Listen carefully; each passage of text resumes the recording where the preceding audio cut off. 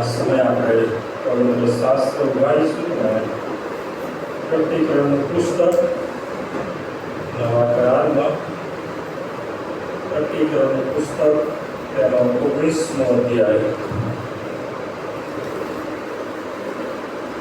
અને 1 થી 10 કલમ આપણે પ્રભુના વચનો વાંચવાના છે.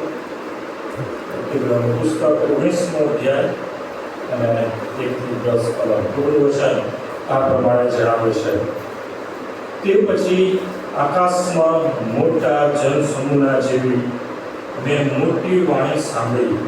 તે બોલી, હાલેલુયા, આપણા ઈશ્વરને તારણ, મહિમા તથા પરાક્રમ છે, કારણ કે તેમના ન્યાય ચુકાદા સત્ય તથા યથાર્થ છે.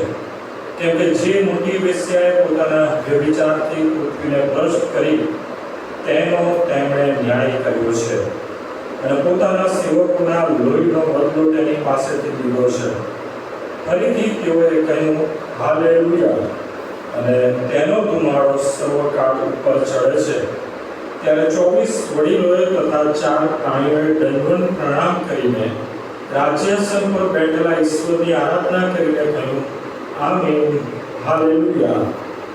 પછી રાજ્યાસનમાંથી આવી વાણી થઈ, આપણા ઈશ્વરના સર્વ સેવકો તેમનાથી બીનારા, નાના તથા મોટા તેમની સ્તુતિ કરો. મોટા જનસમૂહના જેવી તથા ઘણા પાણીના પ્રવાહ જેવી તથા ભારે ગર્જનાઓના જેવી વાણીને એમ બોલતી મેં સાંભળી, હાલેલુયા. કેમ કે હવે સર્વશક્તિમાન પ્રભુ આપણા ઈશ્વર રાજ કરે છે. આપણે આનંદ કરીએ તથા બહુ હર્ષ પામીએ અને તેમને મહિમા આપીએ, કેમ કે હલવાનના લગ્નનો દિવસ આવ્યો છે અને તેમની કન્યાએ પોતાને તૈયાર કરી છે. તેને તેજસ્વી, સ્વચ્છ તથા બારીક શણનું વસ્ત્ર પહેરવા દીધું છે. તે બારીક શણનું વસ્ત્ર સંતોના ન્યાયી કૃત્યોરૂપ છે. વળી તે મને કહે છે, હલવાના લગ્ન જમણમાં આવવાનું જેઓને આમંત્રણ આપવામાં આવ્યું છે તેઓને ધન્ય છે. એમ તુલક તે મને એમ પણ કહે છે, આ તો ઈશ્વરના ખરા વચનો છે. ત્યારે તેનું વંદન કરવાને હું તેને પગે પડ્યો, પણ તેણે મને કહ્યું, જોજે, એવું ન કરતો. હું તો તારો તથા ઈસુની સાક્ષીને વળગી રહેનારા તારા ભાઈઓનો સાથીદાર છું. ઈશ્વરની આરાધના કર, કેમ કે ઈસુ વિશેની સાક્ષીનો પ્રબોધનો આત્મા છે. આ પ્રભુનું વચન છે. પ્રભુ આ વચન સમજવા, સમજાવવા અને સ્વીકારવા આપણને કૃપા પૂરી પાડે. આ સમય ફરીથી આપ સર્વનો પ્રભુના નામમાં પહેલી સલામ પાઠવતા આવકાર કરું છું. આજના રવિવારની સલામ પાઠવું છું. આપના સાથ સહકારના માટે, આપની પ્રાર્થનાઓ માટે અને આપના દાનો માટે, આપના પ્રેરણા માટે આપ સૌનો આભાર માનીએ છીએ. ખાસ કરી કમિટી ખાસ આપ સૌનો આભાર માનતા આવકાર કરું છું. ઘણા સમયથી આપણે પ્રકટીકરણના પુસ્તકમાંથી પ્રભુના વચનો જોતા આવ્યા છે.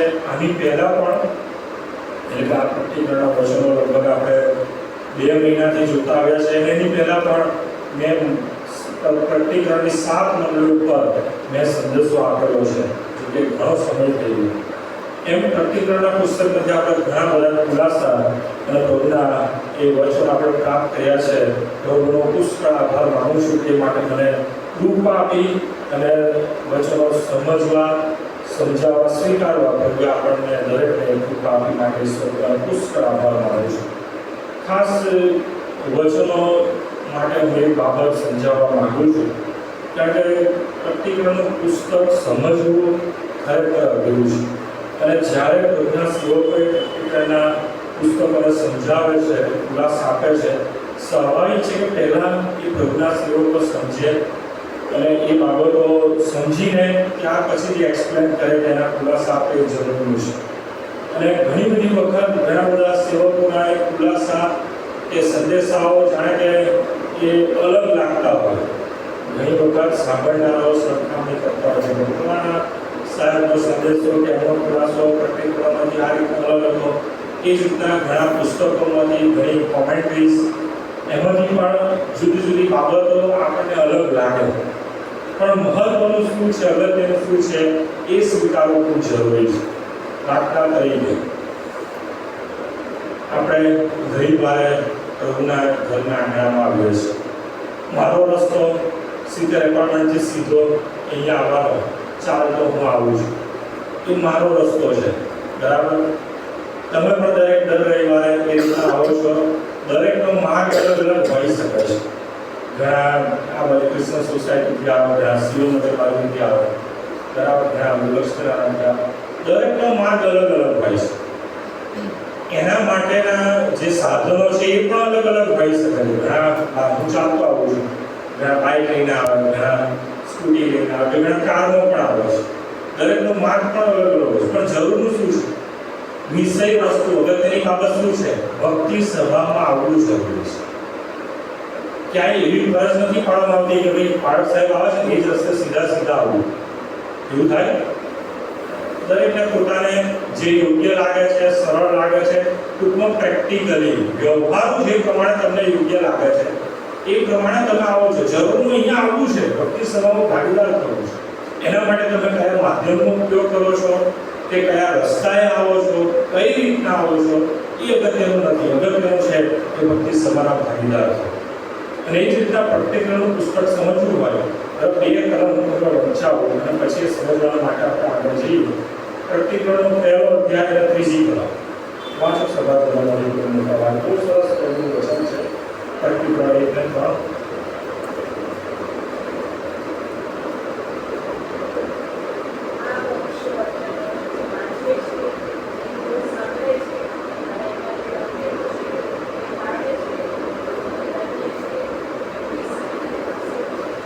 સમય પાસે છે અને એના માટે અગત્યનું શું છે? આપણી મુખ્ય વિષય વસ્તુ તો આ ભવિષ્ય વચનો, એટલે કે આ પુસ્તકમાંના ભવિષ્ય વચનો જે વાંચે છે, જે સાંભળે છે અને એમાં જે લખેલું છે તે પાડે છે, તેવું ધન્ય છે.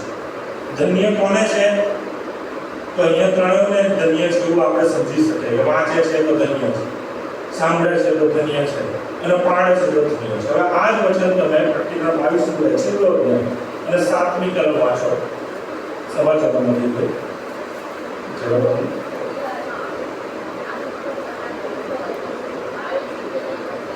કોને ધન્ય છે? પાડે છે એને ધન્ય છે. ઘણી વખત આપણે શું લઈ લઈએ છીએ? વાંચ્યું ને, હું તો બરાબર વાંચું છું, બસ ધન્ય થઈ ગયો. રવિવારે ભક્તિ સભામાં આવીએ છીએ, સંદેશો સાંભળે છે, ઘણા એમ છે બધા વચનો સાંભળ્યા, આપણે ધન્ય થઈ ગયા. આ 2 કલમ પ્રટેકરના પુસ્તકની, એક પહેલો અધ્યાય 3જી કલમ અને છેલ્લો અધ્યાય 22મી અધ્યાય 7મી કલમ. આ બે વચનો વચ્ચે આખો પ્રભુની ઉદ્ધારની યોજનાનો આખો ગ્રાફ, આખી ઉદ્ધારની યોજના એ બતાડવામાં આવી છે. હવે એ વાંચવાથી, સાંભળવાથી તમે એને પ્રાપ્ત કરી લો છો એવું તો નથી. કઈ રીતના પ્રાપ્ત થશે? તો 22:7 કે છે એ પ્રમાણે તો આ પુસ્તકના ભવિષ્ય વચનો છે પાડે છે એને ધન્ય છે. પાડવા માટે વાંચવું જરૂરી છે અને સાંભળવું જરૂરી છે. પણ તમે ખાલી સાંભળીને વાંચીને બેસી રહો અને ધન્ય થઈ ગયા તેવું નથી. અગત્યનું વિષય વસ્તુ તો પાડવી જરૂરી છે, કે જો પાડે છે તો ધન્ય છે. અને ત્યાં પણ લખ્યું છે કે હું થોડી વારમાં આવું છું. સમય પાસે છે. કયો સમય પાસે છે? 22 અને 7 પ્રમાણે કે જો હું થોડી વારમાં આવું છું. પ્રભુનો આગમન વાળો ખૂબ નજીક છે. અને આ વચનો સમજવા અને સમજાવવા અને એને પાડવા એ ખૂબ જરૂરી છે. એ પ્રમાણે મેં ફરીથી આ વસ્તુ સમજવા, એટલે કે પ્રેક્ટિકલ બનવા, વ્યવહારુ બનવા. માર્ગ અલગ હોઈ શકે છે, માધ્યમ અલગ હોઈ શકે છે, પણ આપણી અગત્યની વિષય વસ્તુ એ છે કે વચનો પાડીએ. ઘણી વખત એમ થાય છે કે ફલાણા કોમેન્ટ્રીમાં કે ફલાણા સેવક દ્વારા, કેમ કે ઘણા સેવકો એ ખુલાસા આપે છે. પ્રતિક્રમના ખુલાસા આપના સેવકોને જો તમે સાંભળો, મેં સાંભળ્યા છે, હું જે માર્ગ કરું છે, હંમેશા એ આ રીતના કહે છે કે પ્રભુનું વચન અહીંયા પ્રમાણે લખવામાં આવ્યું છે. પછી એક શબ્દ પ્રયોગ આવશે, પ્રભુએ મને બતાડ્યું છે. પ્રભુ દરેકને બતાવે છે. પ્રભુ તમને બતાડશે, તમે વાંચશો, તમે સાંભળશો અને પ્રેક્ટિકલ બનશો, વ્યવહાર બનશો, પ્રભુ તમને બતાવશે. અને પછીથી બી એક એવું વાક્ય આવે કે પણ કે આવું પણ થઈ શકે છે અને કેવળ ભાર આવો પણ છે, એટલે એવું મંતવ્ય પણ આવે છે, કોઈ તટસ્થ બાબત પર નથી આવતું. એટલે ઘણી વખત વચનો વાંચીએ છીએ, વચનો સાંભળીએ છીએ, પણ એને સ્વીકારવાની બાબત જ્યારે આવે છે ત્યારે ઘણી વખત પ્રશ્નો થાય છે. અગત્યની વિષય વસ્તુ એ છે કે આ વચનો આપણે સમજીને પાડીએ. માર્ગ અલગ અલગ હોઈ શકે છે, ખુલાસા કે મર્મ એનો ખુલાસો અલગ હોઈ શકે છે, પણ મહત્વની વસ્તુ કે પ્રભુને મળવા માટે તૈયાર છે. તમે તમારા માનવીય જીવનના અંત સમયમાં જો જીવો છો ને પ્રભુનું આગમન થઈ ગયું તો તમે ક્યાં છો એ માટે તમે સેવા કરો, અથવા તો તમારું મરણ થાય અને એ પછી જે પુનરુત્થાન જે છે એમાં તમે ક્યાં છો એના માટે પણ તમે મરણ પહેલા સેવા કરવી ખૂબ જરૂરી છે. આ પ્રતિકરણનો મુખ્ય હેતુ છે, મુખ્ય વિષય વસ્તુ આ છે કે તમે દેવના રાજ્યમાં પ્રવેશ પામો, પ્રભુના રાજ્યમાં પસંદગી પામો, તમે સ્વર્ગીય રાજ્યમાં પ્રવેશ પામો. વાદ વિવાદની અહીંયા ક્યાંય કોઈ બાબત છે નહીં. મહેરબાની કરીને આ વચનો જ્યારે આપણે વાંચીએ છીએ, સાંભળીએ છીએ તો વાલો પ્રેક્ટિકલ બનીએ, એને સમજવા માટે વ્યવહારુ બનીએ. હા, તમને વિચાર અલગ હોઈ શકે છે, સમજવાની બાબત અલગ હોઈ શકે છે, અલગ રીતના હોઈ શકે. ભવિષ્ય વસ્તુ એ છે કે બચી જઈએ, અનંતકાળી નાશથી બચી જઈએ અને પ્રભુને મહાન આશીર્વાદને સ્વીકારી રહેતા સ્વર્ગીય રાજ્યના ભાગીદાર આપણે બનીએ. અને એ જ બાબત પ્રતિક્રિયાના પુસ્તકમાં બતાવવામાં આવે છે. થોડું પુનરાવર્તન કરીએ. પહેલો અધ્યાય પ્રતિક્રિયાનું પુસ્તક કે જ્યાં યોહાનને પ્રભુ એ દર્શન આપે છે. દર્શનમાં યોહાનને આ વચન લખવા સંબંધી એને સાક્ષાત પ્રભુ ઈસુ ખ્રિસ્ત એ દર્શનમાં એને એ બાબત સંબંધી વચનો આપે છે. અને ત્રીજો અધ્યાય 7 મંડળીઓને સંદેશો આપે છે. 7 મંડળીઓને સંદેશો આપ્યા પછી ચોથા અને પાંચમા અધ્યાયમાં આપણે જોઈએ છે દેવનું રાજ્ય, આકાશનું રાજ્ય એટલે કે સ્વર્ગની બાબત છે.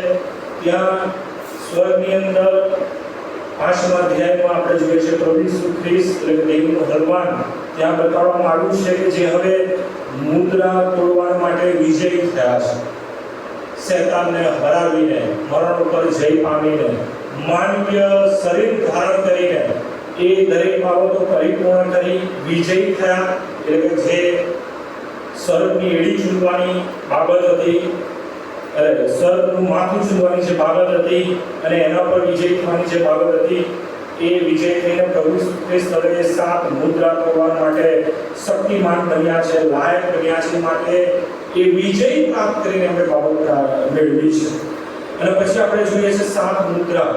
7 મુદ્રાની અંદર આપણે જોઈએ છે કે 5મી મુદ્રામાં એ રેપ્ચર એટલે કે પ્રભુ ઈસુ ખ્રિસ્તનું પ્રગટ થવું, એટલે કે આકાશમાં પ્રગટ થવું અને મંડળીનું મુચકાઈ જવું ત્યાં આપવામાં આવ્યું છે બાબત. અને 6ઠ્ઠી મુદ્રામાં આપણે જોઈએ છે કે દેવના અનર્થો એ પૃથ્વી ઉપર એડવામાં આવે છે.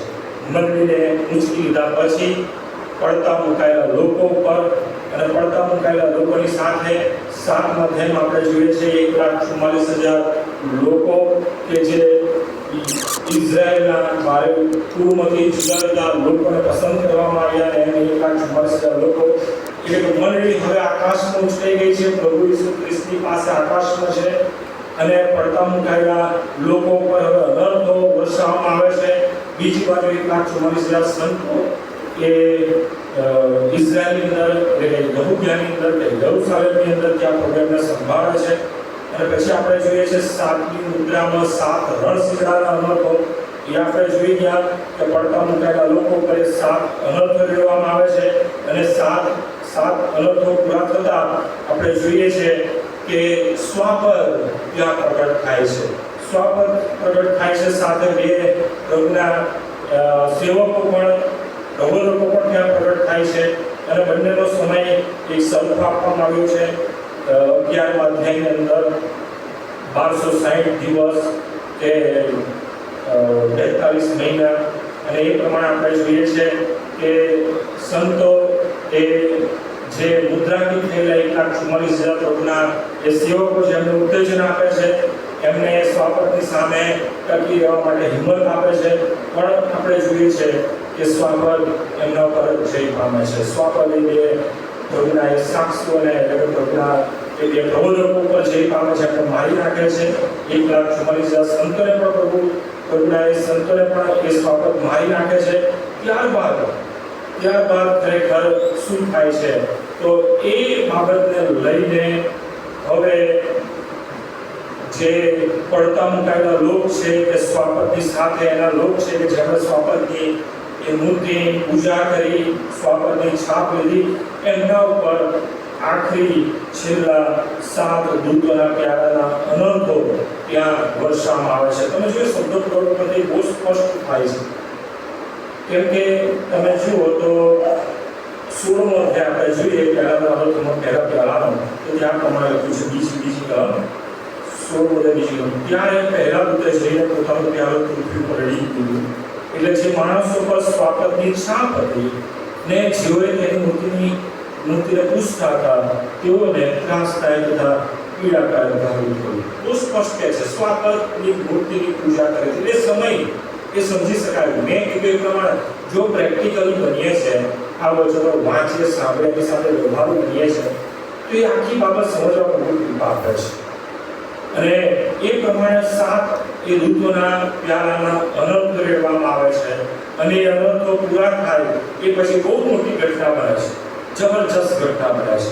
19મો અધ્યાય જે આપણે વાંચ્યું, પણ એ સમજવા માટે એ પહેલા જો આપણે જોઈએ, કેમ કે અહીંયા જે શબ્દ પ્રયોગ થયો છે એ આપણે જોઈએ. ફરી આપણે શાસ્ત્ર ભાગમાં આવે પ્રકટીકરણ 19માં પહેલી કલમ કે પછી આકાશમાં મોટા જનસમૂહના જેવી મોટી વાય સાંભળી તે બોલી હાલેલુયા, આપણા ઈશ્વરને તારણ, મહિમા તથા પરાક્રમ છે. આપણા ઈશ્વરને તારણ, મહિમા અને પરાક્રમ છે. અને અહીંયા આપણે જોઈએ છે કે હવે પ્રભુ ઈસુ ખ્રિસ્તને તારણ, મહિમા અને પરાક્રમ પ્રાપ્ત થયા છે. એનું કારણ કે હવે પ્રભુ ઈસુ ખ્રિસ્તે એમના સંતોના લોહી વેવડાવવાનો બદલો એ સ્વાપર અને એની પૂજા કરનાર કે એની છાપ લેનાર દરેકની પાસેથી લીધો છે. એ પ્રભુ એમનો ન્યાય કર્યો છે. અને એ માટે થઈને અહીંયા હાલેલુયા એટલે કે પ્રભુને મહિમા થાવ, પ્રભુની સ્તુતિ થાવ, એ માટે અહીંયા શબ્દ પ્રયોગ થાય છે. અહીંયા આપણે જોઈએ આકાશમાં એ પ્રમાણે વાણી થાય છે, અને હાલેલુયા એટલે કે પ્રેઝ ધ લોર્ડ, પ્રભુનો મહિમા થાવ, પ્રભુની સ્તુતિ થાવ, એ પ્રમાણે કહેવામાં આવે છે. ત્રીજી કલમ ત્યાં જોઈએ તો આ પ્રમાણે કહે છે, ફરીથી તુએ કહ્યું હાલેલુયા, અને તેનો ધુમાડો સર્વકાળ ઉપર ચડે છે. ત્યારે 24 વડીલોએ પણ એટલે 24 વડીલો તથા 4 પ્રાણીઓ દંડવત પ્રણામ કરી રાજ્યાસન પર બેઠેલી સ્ત્રીઓની આરાધના કરીને કહ્યું કે આમેન, હાલેલુયા. એ લોકોએ પણ એટલે સ્વર્ગનું જે ચિત્ર છે, સ્વર્ગમાંથી ત્યાં એ 24 વડીલો અને 4 પ્રાણીઓ પણ એ હાલેલુયા કહે છે, પ્રભુને મહિમા આપે છે, પ્રેઝ ધ લોર્ડ, પ્રભુની સ્તુતિ થાવ ત્યાં કહે છે. અને બહુ મહત્વની બાબત 6મી કલમમાં મોટા જનસમૂહના જેવી તથા ઘણા પાણીના પ્રવાહ જેવી તથા ભારે દર્શનાઓના જેવી વાણીને એમ બોલતી સાંભળી હાલેલુયા. ચોથી વખત અહીંયા હાલેલુયા શબ્દ પ્રયોગ થાય છે. ખરેખર આખા બાઇબલમાં ક્યાંય હાલેલુયા લખ્યું હોય તો પ્રકટીકરણ 19માં છે, અને 4 વખત હાલેલુયા શબ્દ પ્રયોગ છે, બીજે ક્યાંય નથી. હા, કદાચ બીજી ભાષામાં હશે, કેમ કે પ્રેઝ ધ લોર્ડ લઈને પણ કે પ્રભુનો મહિમા કરતા હોસાના એ શબ્દ પ્રયોગ છે. પ્રભુની સ્તુતિ થાવ, ગીત શાસ્ત્રમાં પ્રભુની સ્તુતિ થાવ ઘણી વખત એ શબ્દ છે, પણ મુખ્ય જે હાલેલુયા શબ્દ ગ્રીક વર્ડ જો હોય તો એ કેવો પ્રકટીકરણ 19માં આ 4 વખત શબ્દ પ્રયોગ થયો છે. ચોથી વખતનો શબ્દ પ્રયોગ હાલેલુયા એ 6મી કલમમાં આપણે ત્યાં આવીએ. બરાબર ધ્યાનથી તમે ત્યાં ધ્યાન આપો. હાલેલુયા કેમ હાલેલુયાનું કારણ આપે છે? કેમ કે શું લખ્યું છે? હવે, કેમ કે હવે સર્વ શક્તિમાન પ્રભુ આપણા ઈશ્વર શું કરે છે? રાજ કરે છે. રૂલિંગ શરૂ થઈ ગયું. પ્રભુ ઈસુ ખ્રિસ્તે પ્રાર્થનામાં આપણે શીખ્યું તારું રાજ્ય આવો, તારું રાજ્ય આવો. આ સુધી આપણે પ્રાર્થના કરીએ છીએ, પણ અહીંયા 19માં અધ્યાયમાં એવી ઘટના બને છે, પાવર બને છે કે હાલેલુયા, દેવને મહિમા આપવામાં આવે છે, સાથે કારણ આપવામાં આવે છે. કેમ કે હવે સર્વશક્તિમાન પ્રભુ આપણા ઈશ્વર રાજ કરે છે. રાજ ક્યાંથી કરવાનું હતું? 1000 વર્ષ રાજ્ય ક્યાંથી કરવાનું હતું? યરૂશાલેમથી કરવાનું હતું. તો પ્રભુ ઈસુ રાજ કરે છે. તો પ્રભુ ઈસુ ખ્રિસ્ત ક્યાં છે? એનો મતલબ તો પ્રભુ ઈસુ ખ્રિસ્ત આકાશમાંથી પૃથ્વી પર આવી ગયા છે. તો પૃથ્વી પર આવે છે તો એકલા નથી આવતા. આ બાઇબલમાં જુદી જુદી બાબતો, જુદા વચનો છે. એ એકલા નથી આવતા. એવું નથી કે પ્રભુ ઈસુ ખ્રિસ્ત એકલા આવે. બાઇબલ વાંચો તો એમની સાથે હજારો લાખો દૂતો છે. એમની સાથે જે ઊંચકાઈ ગયેલા, એટલે કે મંડળીને ઊંચકી લેવામાં આવી એ લોકો છે, અને એની સાથે પુનરુત્થાન પામેલા લોકો પણ છે. સૌથી પહેલા કોણ છે? પુનરુત્થાન પામેલા લોકો. કારણ કે આ વસ્તુ સમજવી બહુ જરૂરી છે. પ્રભુ ઈસુ ખ્રિસ્ત રાજ કરે છે. 19મા અધ્યાય પહેલા એ જરૂરી છે કે પુનરુત્થાન થાય. કારણ કે પ્રભુ ઈસુ ખ્રિસ્ત પૃથ્વી પર એકલા નથી આવતા. પાઉલ પણ એના પત્રમાં કહે છે કે આપણે કંઈ પહેલા જતા રહીશું એવું નથી. ઊંઘી ગયેલા પહેલા આપણે જતા નથી. પહેલા પુનરુત્થાન છે, પછી જે આપણે ઉચકાઈ ગયેલા છે એ પ્રભુની સાથે થશે. એટલું જ નહીં, સૌથી પહેલા તો ખરેખર કોણ છે? તો તમે મારી સાથે 14મો અધ્યાય ખોલો. એ પ્રભુ ઈસુ ખ્રિસ્ત રાજ કરે છે. કેવી રીતના રાજ કરે છે? તો 14મા અધ્યાયમાં આપ્યું છે. પ્રકટીમાં 14મો અધ્યાય પહેલી કલમ.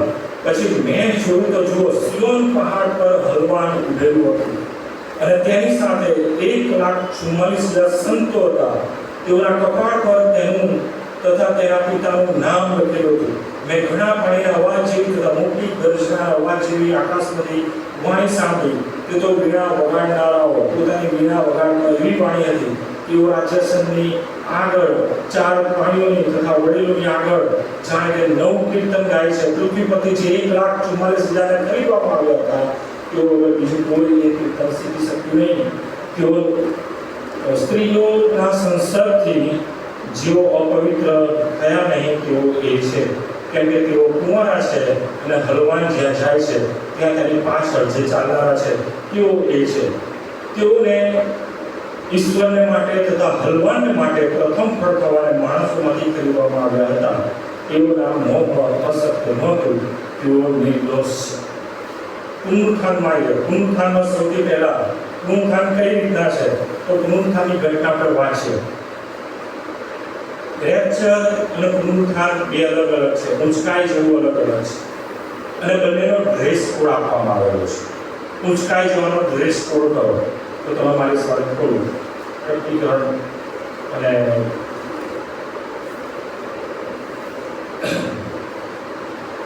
6ઠ્ઠો અધ્યાય. પ્રકટીકરણ 6ઠ્ઠો અધ્યાય. જેઓ ઊંચકાઈ ગયા છે એનો ડ્રેસ કોડ આ પ્રમાણે છે. 11મી કલમમાં આપવામાં આવ્યું છે. પછી તેઓમાંના દરેકને શ્વેત ઝભ્ભા આપવામાં આવ્યા. પ્રકટીકરણ 7મો અધ્યાય. પ્રકટીકરણ 6ઠ્ઠો અધ્યાય 11મી કલમ ત્યાં પૂરું કરીએ. શ્વેત ઝભ્ભા આપવામાં આવ્યા, અને તેઓને એમ કહેવામાં આવ્યું, તમારા સાથી સેવકો તથા તમારા ભાઈઓ જેઓ તમારી જેમ માર્યા જવાના છે, તેઓની સંખ્યા પૂરી ન થાય ત્યાં સુધી હજુ થોડી વાર તમે વિસારો લો. ત્યાં શ્વેત ઝભ્ભો આપવામાં આવ્યો, પણ હજુ ઊભા રાખ્યા છે. જાણે કે રાહ જુઓ. 7મો અધ્યાય.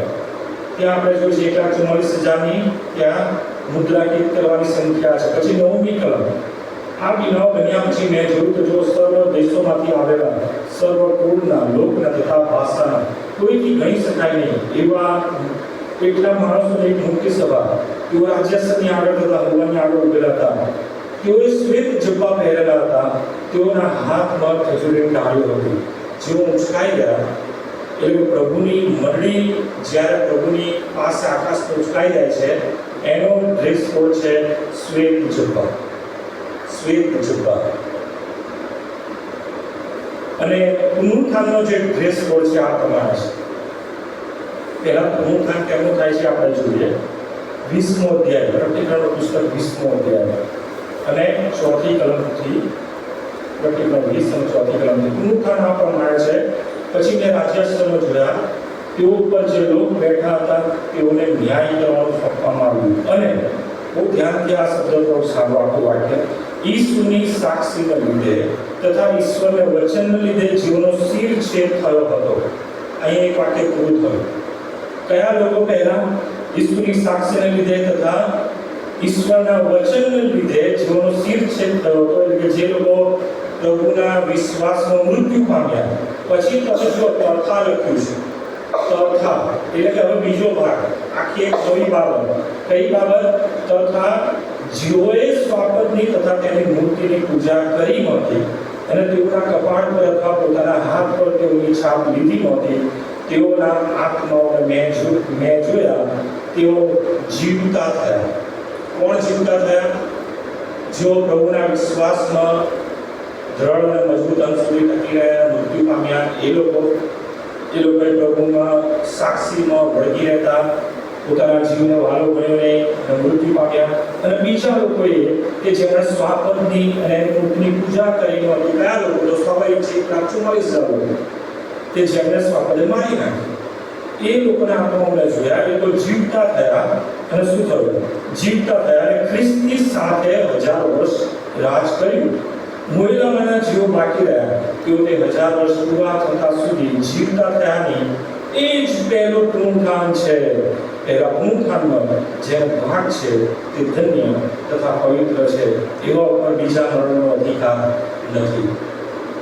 પહેલા પુનરુત્થાન છે 6, એટલે કે એ જે 7 દૂતોના જે પ્યારાના અનર્થો છે એ પૂરા થાય છે. અને પૂરા થાય છે પછી બહુ મોટી ઘટના બને છે પુનરુત્થાનની. અને એવો પુનરુત્થાનમાં સૌથી પહેલા મંડળી ઉંચકાઈ ગઈ છે, એ લોકોને શ્વેત જબ્બા આપવામાં આવ્યા છે. હવે પુનરુત્થાન થાય છે. પુનરુત્થાનમાં જે લોકો મહિલા છે એ લોકો ઉઠે છે, અને જે લોકો શહીદ થયા હતા, જે લોકોએ સ્વાપદની મૂર્તિની પૂજા કરી નહીં, કપાળ પર એની છાપ લીધી નહીં, પોતાના જીવનો વાલો ગણ્યો નહીં, સ્વાપદ લોકોને મારી નાખ્યા, એ લોકો જીવતા થયા. અને એ લોકોનો ડ્રેસ કોડ શું છે? તો અહીંયા આપણે જોઈએ છે કે પ્રભુ જ્યારે સિયોન પહાડ પર આવે છે, કે પ્રભુ જ્યારે પૃથ્વી પર આવે છે, પ્રભુ ઈસુ ખ્રિસ્ત જ્યારે આકાશમાંથી ઉતરી આવીને હવે જ્યારે પૃથ્વી પરથી રાજ કરે છે, તો એ એકલા નથી, એમની સાથે 1,44,000 સંતોનો પાયો છે. વિચાર કરો કેટલી જબરજસ્ત બાબતની ઘટના બની.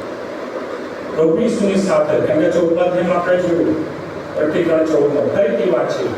કોણ છે? સિયોન પહાડ પર હલવાણ ઉભેલું હતું. હવે ઉભેલું હતું એટલે એકદમ તો ત્યાં સીધા હાજર થયા. આકાશમાંથી ઉતરી આવ્યા. તો જે પ્રમાણે પાઉલ એના પત્રોમાં કહે છે, જે પ્રમાણે પીટર કહે છે, જે પ્રમાણે આખું બાઇબલ કે જે જૂના કરારનો પણ જે બાબત, એ જ પ્રમાણે એ જે આગમન છે પૃથ્વી પર બહુ જબરજસ્ત. દૂતો સ્તુતિ આરાધના કરે છે, કેમ કે 19મા અધ્યાયમાં જોયું કે હાલેલુયા, દૂતો હાલેલુયા કરે છે. 24 વડીલો, એ 4 પ્રાણીઓ અને મોટા જનસમૂહની વાણી, હાલેલુયા, પ્રેઝ ધ લોર્ડ, પ્રભુને મહિમા થાય. 1,44,000 સંતોનું ક્વાયર, કેમ કે ત્યાં લખ્યું છે પ્રતિકરણ 14મો અધ્યાય, પહાડ પર સિયોન પહાડ પર હલવાનું ભેલું, તેની સાથે 1,44,000 સંતો હતા. તેમના હાથમાં વીણા હતી, એ લોકો વીણા વગાડતા હતા. અને એની સાથે પછી જે લોકો આવે છે પુનરુત્થાન પામેલા લોકો, એટલે કે જે લોકો વિશ્વાસમાં મૃત્યુ પામ્યા અને એ લોકો ઉઠ્યા, એ લોકો. અને પછી આવે છે જે લોકો ઉંચકાઈ ગયેલા છે એ લોકો. પાઉલ કહે છે ને, આપણે ઊંઘી ગયેલા પહેલા જરા નથી, તે વાત સાચી છે. સૌથી પહેલો નંબર પ્રભુ ઈસુની સાથે 1,44,000 તો આત્મા છે. અને પછી છે પુનરુત્થાન, એટલે કે મૃત્યુ પામેલાનું જે પુનરુત્થાન છે, પહેલું પુનરુત્થાન છે, પહેલા પુનરુત્થાનનો જે ભાગ છે એ લોકો છે. અને પછી ઉંચકી ગયેલા લોકો, એટલે આખી મંડળી. અને એ લોકોને ડ્રેસ કોડ આપવામાં આવ્યો. બધાને શું આપવામાં આવ્યું? તમે વાંચો 19મો અધ્યાય અને ફરીથી 6ઠ્ઠી કલમથી. મોટા જનસમૂહના જેવી તથા ઘણા પાણીના પ્રવાહ જેવી તથા ભારે ગર્જનાઓના જેવી વાણી એમ બોલતી મેં સાંભળી. હાલેલુયા, કેમ કે હવે સર્વશક્તિમાન પ્રભુ આપણા ઈશ્વર એ રાજ કરે છે. એટલું ભવ્ય આગમન પૃથ્વી પરનું જબરજસ્ત. તમે વિચાર કરો, એ 7 પ્યાલાના દૂતોના અનરથી સ્વાપદની પૂજા કરનાર, સ્વાપદની છાપ લેનાર લોકોની જે હાલત થઈ છે, આપણે ગયા દિવસોમાં જ એ જોઈ ગયેલા 16મા અધ્યાયમાં. જબરજસ્ત હાલત કરી નાખી, મારીને અધૂરા કરી નાખી. અને હવે શું છે? હવે દેવ પરાક્રમ સહિત હવે પૃથ્વી પર એન્ટર થાય છે, આકાશમાંથી નીચે આવે છે. એક બાજુ આકાશમાં લાખો લાખ હજારો હજાર અગણિત દૂતો, એની સાથે પુનરુત્થાન પામેલા લોકો, એની સાથે ઉંચકાઈ ગયેલા લોકો, અને પ્રભુ ઈસુની આજુબાજુ 1,44,000 સંતો પાર એ વીણા વગાડતા હાલેલુયા, પ્રેઝ લોર્ડ, પ્રભુને મહિમા થાવ. રાખપાટો મોટો જનસમૂહ આકાશમાંથી ઉતરી આવીને હવે પૃથ્વી ઉપર સિયોન પર્વત પર પ્રભુ ઈસુ ખ્રિસ્ત યરૂશાલેમના મંદિરથી ત્યાં પોતે પોતાનું રાજ્ય સ્થાપિત કરીને હવે રાજ કરે છે, રૂલિંગ કરે છે. એની તાકાત છે એ સ્વાગતની કે એની સાથેના લોકોની કામ નજર ઊંચી કરે. ડ્રેસ કોડ શું છે ફરી આપણે આવીએ આપણા વિષયમાં. હાલેલુયા. કેમ કે હવે સર્વશક્તિમાન પ્રભુ આપણા ઈશ્વર રાજ કરે છે. સાતમી તરફ આપણે આનંદ કરીએ તથા બહુ હર્ષ પામીએ અને તેમને મહિમા આપીએ, કેમ કે હરવાના લગ્નનો દિવસ આવ્યો છે. હવે મંડળી કન્યા સાથે છે, પુનરુત્થાન પામેલા લોકો સાથે છે, પ્રભુમાં પસંદ થયેલા એક લોકો એક સાથે છે, કોઈ બાકી રહ્યું નથી. 1,44,000 જે મરી ગયા, શહીદ થયા એ હોય, પ્રભુનો વિશ્વાસ કરીને જે લોકો મરી ગયા એ હોય, તે ઊંચાઈ ગયેલા બધા એક સાથે છે. દૂતો પણ હેવનમાં છે, આખો જનસમૂહ એક સાથે છે. આપણે આનંદ કરીએ, બધા આનંદ કરીએ, બહુ હર્ષ પામીએ, કેમ કે હલવાના લગ્નનો દિવસ આવ્યો છે અને તેમની કન્યાએ પોતાને તૈયાર કરી છે. આખી સાર્વત્રિક મંડળી એક સાથે છે, બધા જ લોકો એક સાથે છે, તૈયાર કરી છે. ડ્રેસ કોડ છે 8મી તરફ. તેને તેજસ્વી, સ્વચ્છ તથા બારીક શણનું વસ્ત્ર પહેરવા દીધું છે. તેજસ્વી, સ્વચ્છ અને બારીક શણનું વસ્ત્ર. બારીક શણનું વસ્ત્ર અને શ્વેત જબ્બામાં ફરક છે. શ્વેત જબ્બા એટલે કદાચ આ મેં પહેર્યો છે એ જબ્બો, એ ટાઈપનો જબ્બો હોય છે. એમાંથી કંઈ પ્રકાશ આવે કે કંઈ જળબગાડ થયું નથી, કેમ કે આ કોટન છે, ખાલી શ્વેત જબ્બો. પરંતુ બારીક શણનું વસ્ત્ર, એ શણનું વસ્ત્ર એક સિલ્ક ટાઈપ ઓરિજિનલ, એ ચમકે, એ પ્રકાશમાં ચમકે, એ શાઇનિંગ મારે. અને અહીં તો બારીક શણનું વસ્ત્ર, તેજસ્વી અને સ્વચ્છ, એટલે બહુ કિંમતી એવો પોશાક છે. મોટા ભાગે જ્યારે લગ્ન પ્રસંગ હોય છે, ખ્રિસ્તીઓનો લગ્ન પ્રસંગ, જો બધો નિયમો પણ એવું આવી ગયું છે કે ખરેખર લગ્નના જે કપડાં હોય છે ને સિલ્કના લેવામાં આવે છે, સિલ્કના તૈયાર કરવામાં આવે છે, કે જેથી કન્યાને બહુ સુંદર દેખાય. અને એ જ પ્રકારે અહીંયા હવે પ્રભુ મંડળીને તૈયાર કરે છે, તેમને તેજસ્વી, સ્વચ્છ, બારીક શણનું વસ્ત્ર આપ્યું છે. તમે જો આ લોકો એ જ અધ્યાય 19 અધ્યાયને 14મી કલમ વાંચો. આકાશમાંના સૈન્યો, આકાશમાંના સૈન્યો એટલે આ બધા જે મેં કીધું પ્રમાણે ઉંચકાઈ ગયેલા લોકો, સાથે પુનરુત્થાન પામેલા લોકો, સાથે 1,44,000 સંતોનું પાર, એ બધા જ આકાશમાંના સૈન્યો શ્વેત ઘોડા પર સવાર થઈને ઉજળા તથા શુદ્ધ બારીક શણના વસ્ત્રો. શબ્દ પ્રયોગ સેમ છે. ઉજળા એટલે તેજસ્વી, શુદ્ધ એટલે સ્વચ્છ, અને બારીક શણનું વસ્ત્ર, બંનેનો ડ્રેસ કોડ છે. તેજસ્વી, સ્વચ્છ, બારીક શણના વસ્ત્રો પહેરીને તેમની પાછળ ચાલ્યા, પ્રભુ ઈસુની પાછળ ચાલ્યા. એ યુદ્ધની બાબત આવે છે ત્યારે આવતા રવિવારે, આવતા દિવસમાં ચોક્કસ આપણે એમાં જોઈશું. પણ અહીંયા મંડળી તૈયાર છે, હવે પ્રભુની સાથે છે, સાર્વત્રિક મંડળી, દેવની કન્યા એ વરરાજાની સાથે છે. દેવ પોતે દેવ બનીને, અને ખાસ કરીને એ 6મી કલમના અંત વાક્યમાં જે લખવામાં આવ્યું છે પ્રમાણે સર્વશક્તિમાન પ્રભુ આપણા ઈશ્વર હવે રાજ કરવા લાગ્યા છે, રાજા છે. એ રાજાની કન્યા સ્વચ્છ એટલે કે તેજસ્વી, સ્વચ્છ, બારીક શણના વસ્ત્રો પહેરીને તૈયાર છે, એની સાથે છે. અને એ પ્રમાણે અહીંયા દેવે આપેલું પ્રોમિસ પૂરું થયું. પ્રભુના પસંદ કરેલા લોકોને છે પ્રોમિસ આપવામાં આવેલું પૂરું થયું. અને શું થશે પછી આપણે જોઈએ છીએ કે આ બાબત જોઈને, આ બાબત જોતા કોને નથી ગમતું, કોને પસંદ નથી, એ આપણે 16મા અધ્યાયમાં આવીએ અને ત્યાં આપણે છઠ્ઠા દૂધના પ્યાલામાં જે બાબત બને છે ફરી વાંચીએ.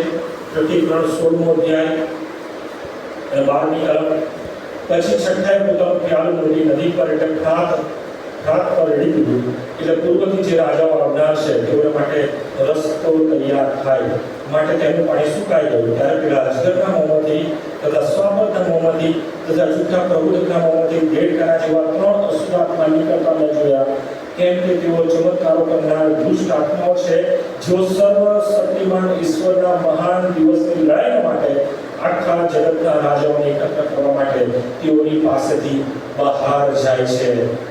પ્રભુનું આગમન પૃથ્વી ઉપર સિયોન પર્વત પર 144,000 સંતોના ખ્વારની સાથે અને ડ્રેસ કોડ છે બધાનો છે તેજસ્વી સ્વચ્છ બારીશના વસ્ત્ર પહેરીને પ્રભુની મંડળી એમની સાથે છે. હલવાના લગ્નનો દિવસ કેમ કે પ્રભુ ઈસુ ખ્રિસ્ત રાજ કરવા લાગ્યા છે, એ રૂલિંગ કરે છે, બધો પરાક્રમ અધિકારો એમની પાસે છે. એમના કોપના પ્યાલા પરિપૂર્ણ કરવામાં આવ્યા છે. સ્વાપતને એની પૂજા કરનાર એની છાપ લેનાર દરેકને ભયંકર માર મારવામાં આવ્યો છે. દેવનો ન્યાય એ ત્યાં પરિપૂર્ણ કરવામાં આવ્યો છે. એના સંતોને મારનાર એ સ્વાપત અને એના પૂજા કરનાર લોકો પાસેથી બદલો લેવામાં આવ્યો છે. અને હવે દેવની કન્યા પસંદ કરેલા લોકો દેવની સાથે એના રાજ્યમાં સાથે છે. હવે એ લોકો શું કરશે? 1000 વર્ષનું રાજ કરશે. પણ એ પહેલા શું થશે? પેલા જે 3 આત્મા છે એ 3 આત્મા આખા જગતના રાજાઓને ભમાવે છે, યુદ્ધ કરવા માટે, ચડાઈ કરવા માટે એ લોકો આવે છે અને આ આખા દેવના નગરને અને દેવની સાથેના લોકોને એ લોકો ઘેરી લે છે. અને ત્યાં શું થાય છે કે 1911મી કલમથી અંત સુધી આવનાર દિવસમાં આપણે જોઈશું કે ત્યાં પ્રભુ ઈસુ ખ્રિસ્ત અને એમની સાથેના લોકો એ યુદ્ધમાં જોડાય છે અને સ્વાપતને હરાવે છે, સ્વાપતની સાથેના લશ્કરને હરાવે છે અને એ બધા જય પામે છે. કોણ જય પામે છે? પ્રભુ ઈસુ ખ્રિસ્તની સાથેના લોકો એ જય પામે છે. અને 120મો અધ્યાય અને 4મી કલમ પ્રમાણે હવે બાકી રહેલા લોકોનો ન્યાય કરવા માટે ત્યાં રાજ્યાસનો મૂકવામાં આવે છે અને પ્રભુના પસંદ કરેલા લોકો, પુનરુત્થાન પામેલા લોકો હવે એ દરેકનો ન્યાય કરે છે. અને માટે વાળાઓ આ આશીર્વાદ પ્રાપ્ત કરવા માટે અગાઉથી પ્રભુએ વચનો આપેલા છે. જરૂરનું છે વચનો પાળી પ્રેક્ટિકલી બનીએ. આ વચનો પાળવા માટે જે પ્રમાણે પ્રભુ આપણને સમજ આપે છે એ પ્રમાણે આપણે તૈયાર થઈએ. પ્રભુના વિશ્વાસમાં દ્રઢ મજબૂત બનીએ. પ્રભુને મળવા માટે તૈયાર. કારણ કે સમય બહુ જ નજીક છે. ઓલરેડી આપણે એ સમયમાં એ ઘડીમાં આવી ચૂક્યા છે કે પ્રભુનું એ પ્રગટ થવું એટલે કે જે મંડળીનું સ્ટાઇલ બહુ નજીક છે. અને એ જ બાબત, એ જ ઘટના એ આંખના પલકારામાં થનાર છે. એ બહુ ઝડપી થનાર છે. આપણે સમજી શકતા નથી. ચોક્કસ એના માટે જે પ્રભુએ વચનો આપ્યા છે, ભવિષ્ય વચનો એના આગળ સમજવું બધા જ પૂરા થઈ ચૂક્યા છે અને થઈ રહ્યા છે. પ્રભુનું આગમન ખૂબ નજીક છે. પ્રકટીકરણનું પુસ્તક 1લો અધ્યાય જો તમે વાંચો એની શરૂઆત તો આ પ્રમાણેની શરૂઆતમાં પ્રભુ એના વચન દ્વારા કહે છે, પ્રકટીકરણ 1:1 ઈસુ ખ્રિસ્તનું પ્રકટીકરણ એટલે જે બનાવ ટૂંક સમયમાં બનવાનું છે તે વિશેનું પ્રકટીકરણ. ઓલરેડી જ્યારે આ પ્રકટીકરણ આજથી 2000 વર્ષ પહેલા આશે યોહાનને આપવામાં આવ્યું, ત્યાં જ કહેવામાં આવ્યું છે કે ટૂંક સમયમાં જે બનવાના છે એ બનાવો. તો યોહાને લખવાનું શરૂ કરી પછી બનાવો શરૂ થઈ ગયા આપણે. કેમ કે પ્રભુ ઈસુ આકાશમાં ગયા, એ મુદ્રાઓ તોડવા માટે ઓળ્યું હાથમાં લીધું, એ મુદ્રાઓ તોડવા લાગ્યા. એ બધી બાબતોનો એનો સમાવેશ થાય. 4થા અધ્યાયમાં આવીએ, પ્રકટીકરણ 4થો અધ્યાય અને ત્યાં આપણે જોઈએ તો એ પણ આપણે જોઈએ પહેલી કલમ. એ બનાવ બન્યા પછી પ્રકટીકરણ 4થો પહેલી કલમ. એ બનાવ બન્યા પછી મેં જોયું તો આકાશનું એક દ્વાર ઉઘડેલું હતું અને જે પહેલી વાણી મેં સાંભળી રણસિંહના અવાજ જેવી મારી સાથે બોલતી હતી ત્યારે કહ્યું, અહીં ઉપર આવો અને હવે પછી જે થવાનું જ છે તે હું તને બતાવીશ. એનો મતલબ કે એનું ઘણું બધું થઈ ગયું, શરૂઆત થઈ ગઈ. અને અહીંયા યોહાને કહે છે હવે જે થવાનું છે. એનો મતલબ કે આજે 2000 સમયનો વર્ષોનો સમય વીતી ગયો. 2000 વર્ષોનો સમય વીતી ગયો. ઘણી બધી બાબતો ઓલરેડી થઈ ગઈ છે, એ શરૂઆત થઈ ગઈ છે અને હવે જે છે એ થવાની છે. પ્રભુ ઈસુ ખ્રિસ્ત એનો આગમન વાળો બહુ જ નજીક છે. એમણે આપણને આ વચનો આપ્યા છે, પવિત્ર શાસ્ત્ર આપણને આપવામાં આવ્યું છે. એ વાંચીએ, સાંભળીએ અને જરૂરી છે કે પાડીએ. બહુ જ જરૂરનું અગત્યનું છે કે પાડીએ. એમાં લખેલું છે વિશ્વાસ સહિત આપણે એને અનુસરીએ અને એમાં વધુને વધુ આપણે દ્રઢ મજબૂત બનીએ. એ બાબતો સ્વીકારવા માટે આપણા મનને તૈયાર કરીએ. પ્રભુ આ વચનો સમજવા અને સ્વીકારવા આપણને ભગવાનની કૃપા પૂરી પાડે.